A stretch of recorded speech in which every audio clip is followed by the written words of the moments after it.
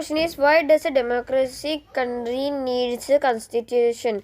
And the answer is, a democratic country needs a constitution because in a democracy people choose their representatives and their leaders might misuse their power. Constitution provides safeguards against this.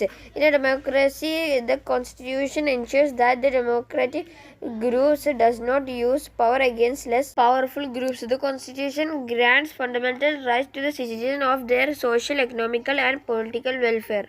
Second question is, what is the difference of exercise exclusive power in 1990 and interim constitution of Nepal? Keeping this in mind, why do you think Nepal needs a new constitution today? And the answer is, in 1990, in Nepal constitution, the exclusive power of kingdom were entirely in the hands of the king. According to the interim constitution draft in 2007, the exclusive power of Nepal are the hands of council of ministers heads by Prime Minister. There was dire need of a new constitution as the deals of the people had changed as the country had moved from a monarchy to a democratic. The old constitution was drafted when the country was under rule of the king.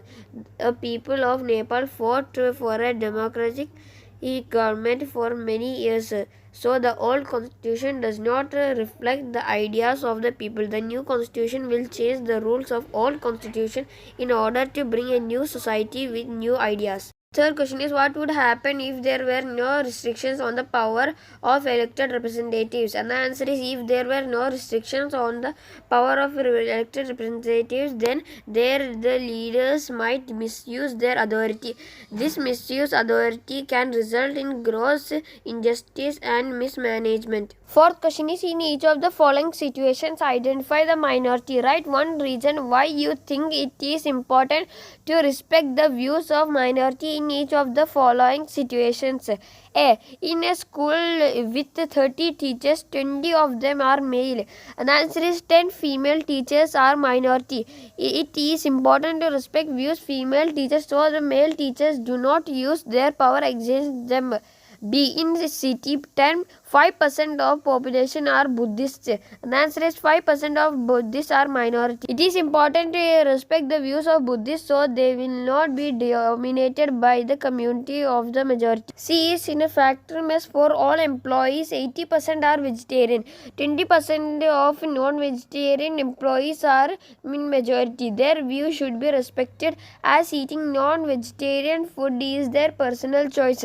D. Is in a class of 50 students, 40 belong to more well-off families. And the answer is, 10 students belong to poor families are majority. Scholarship, special classes and other welfare schemes like book bank, free support for books, stationery and free uniform are to be banned to keep in view their requirements. Fifth question is, list below are key features of Indian Constitution. Write 2 sentences in your own words on why you think this features is an important key feature of federalism, separation of powers, fundamental rights, parliamentary from government. First is, federalism means more than one level of government in a country. India has 3 tiers government.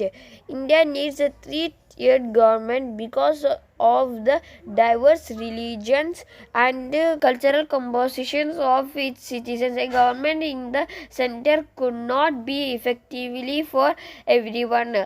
Second is, separation of powers. In order to prevent misuse of power by the elected representative, the Constitution advocates separation of powers.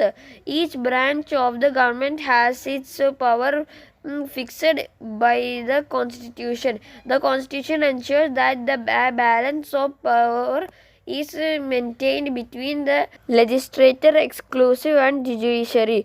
Third is fundamental rights. Fundamental rights grants the rights of individual against the state as well as against other individuals. It protects minority communication and grants right against the majority. Fourth is parliamentary form of government. In parliamentary form of the government, the constitution grants universal adult franchise for all citizens. That is, all adults have rights to vote, irrespective of whether they are poor or rich, educated or uneducated, Hindu, Muslim or a Christian. The idea of universal adult franchise is based on equality.